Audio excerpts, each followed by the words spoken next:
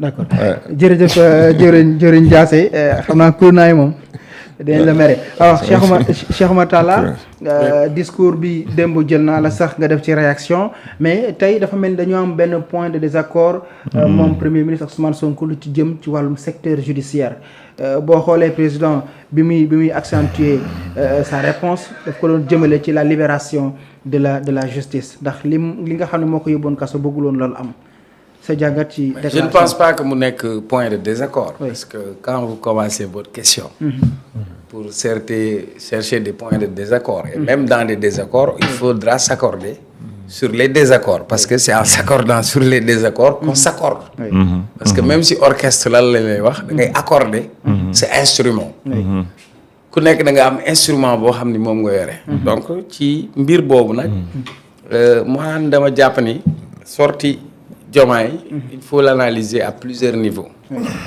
d'abord ci ban contexte la def une sortie prétexte bi c'était ñu indi le rapport dialogue national dialogue national bi lan lañ ci jublu woon am na ay jafe-jafe yu am ci système démocratique système politique ñu woo ñëpp def lal ne nañ ko waxtaane la fa tukkee ci waxtaan wa ñu indil ko moom mu mën koo jël mën ko appliquer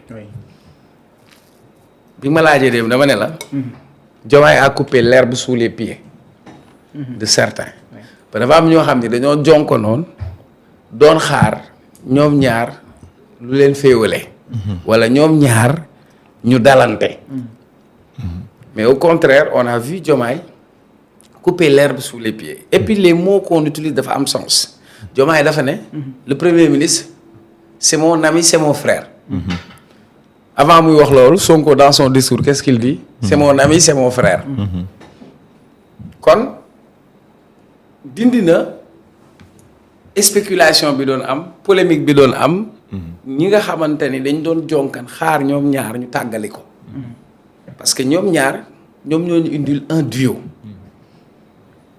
te duo boobu ñu indil xam nañ ni ñoom amuñu droit échouer xam nañ ni amuñu droit tàggali ko ndax su boobaa bu ñu ko defee ils vont trahir ils vont se trahir eux-mêmes mais devant même l'histoire trahir même tous ces gens qui se sont battus pour ñu am cette révolution politique maintenant l'autre dimension yi pour que nit ñi appréhender xam nga waxtaan naa yow keroog ma ne la yow yaa bu gën a xam ay affaire u baatin yoo ngay wax xal day ànd ak ndox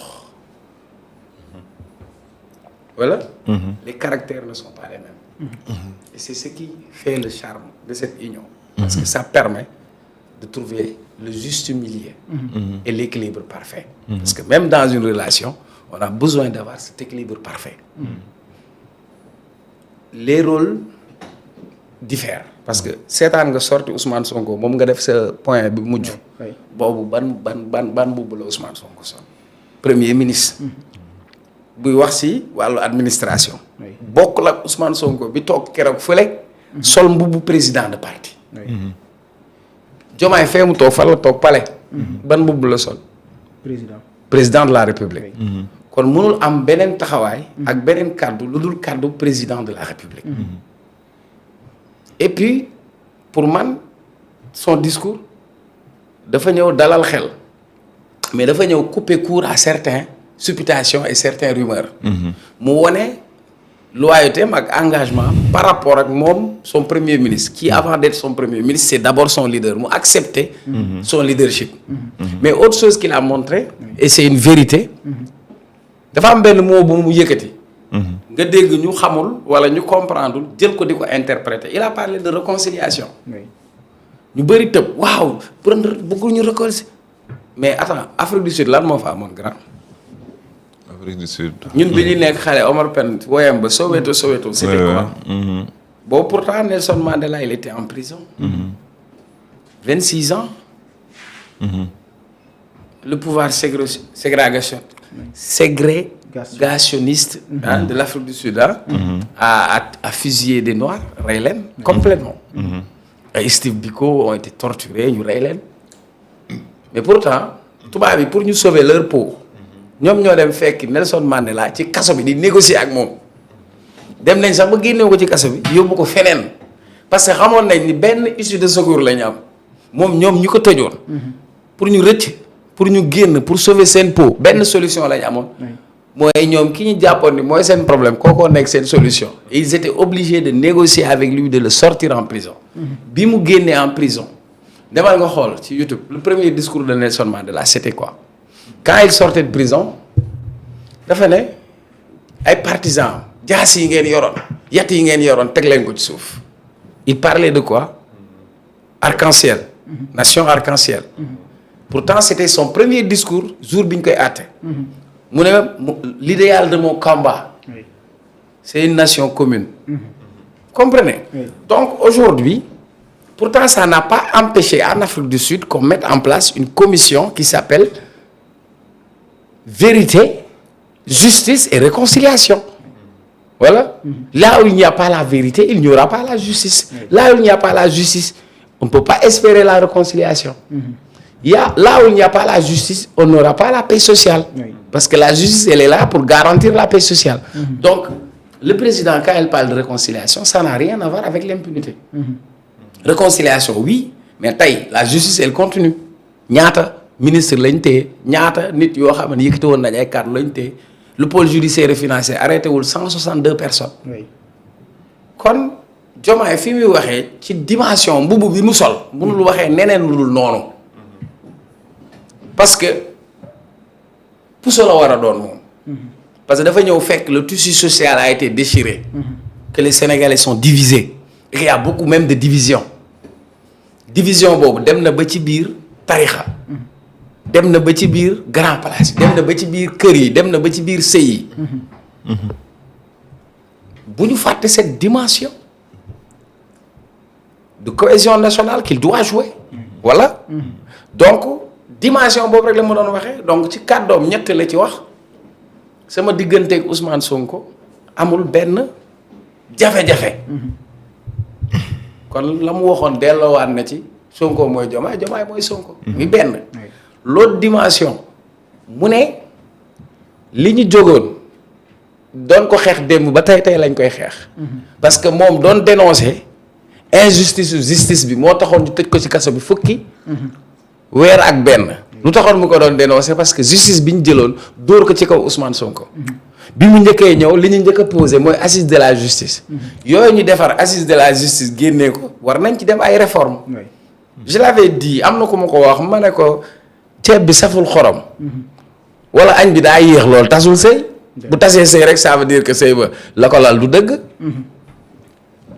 donc pour man sa sortie il a fait une bonne sortie. Ousmane Sonko aussi c'est son caractère. ku koy bëgg ni mu mel nga koy bëggee ku koy bañ ni mu mel nga koy bañee. parce que mbindin boobu la ko Sénégalais fonkee. parce que Sonko son discours a toujours été sincère. son discours a été toujours transparent et je ne pense pas que Sonko jóg pour yàq lam ca wax wala lam ca def defar moo ko tax a jóg. parce que moom mooy le premier responsable. Sonko moo joxoñ Sénégalais yi Diomaye. Sonko la nit ñi wóolu mu wóolu Diomaye. kon ëllëg ci biir lépp lu ci mën a xew. balaa ñuy joxoñ kenn moom la ñuy joxoñ parce que moom mooy le premier responsable et que comme j'ai l'habitude de dire lui non seulement il est le guide de cette révolution mais il demeure et reste le gardien même du temple qui doit regarder, qui doit orienter, qui doit être exigeant et dans son discours moi je sais pas qu'est-ce qu'on lui reproche dafa sol mbubu politique te li mu wax ci ñoom la ko njëkk a indi nañu meloon démb ba Sénégalais naw leen loolu la ñu war a mel tey boo bokkee ci mbir yaa ci war a njëkk a taxaw balaa kenn di ci xar tànk tubéyam yaa ci war a jiitu nan ngay nekkee ministre pendant 15 mois munoo toog nga défendre yow projet bi nga nekk munoo wax yow li ngay liggéey soo waxul li ngay def woowoo li nga doon ñu waxal la loo doonul et puis beneen bi bu ko fàtte Sonko est très fort je te jure may yàlla la wax loolu non parce que avant moom muy génn lan lañ lay wax Pape Djibril wax na fële Bart jaar na ne Badara Gadiaga woo nañ ko yéeg na si oto Pape Malick Ndour ñëw na di jafandu ñu ngi ciy wax mais Sonko dafa kañ la génn yow ban jour la génn jeudi wala mercredi c'est le même jour ci guddi gi noonu. boobu ba tey on ne parle que de Sonko. oui. Sonko nee na Sonko lii la wax Sonko nee na Sonko lii la wax télé yëpp Sonko nee na Sonko li ñu wax li mu wax lii di wax nañu xaar Diomaye lu mu war a wax il a occupé l'espace médiatique et l'espace politique. En politique, le plus important, c'est qu'on parle de toi. Et il occupe l'espace. Ça veut dire qu'il est encore le maître du jeu. Voilà. Alors Madiambal Diagne moom dafa jàpp ni Diomaye mi ngi doog a sol costume président de la République ñu jàppoon ni Diomaye li mu daan def lépp Cheikh Oumar Talla nekk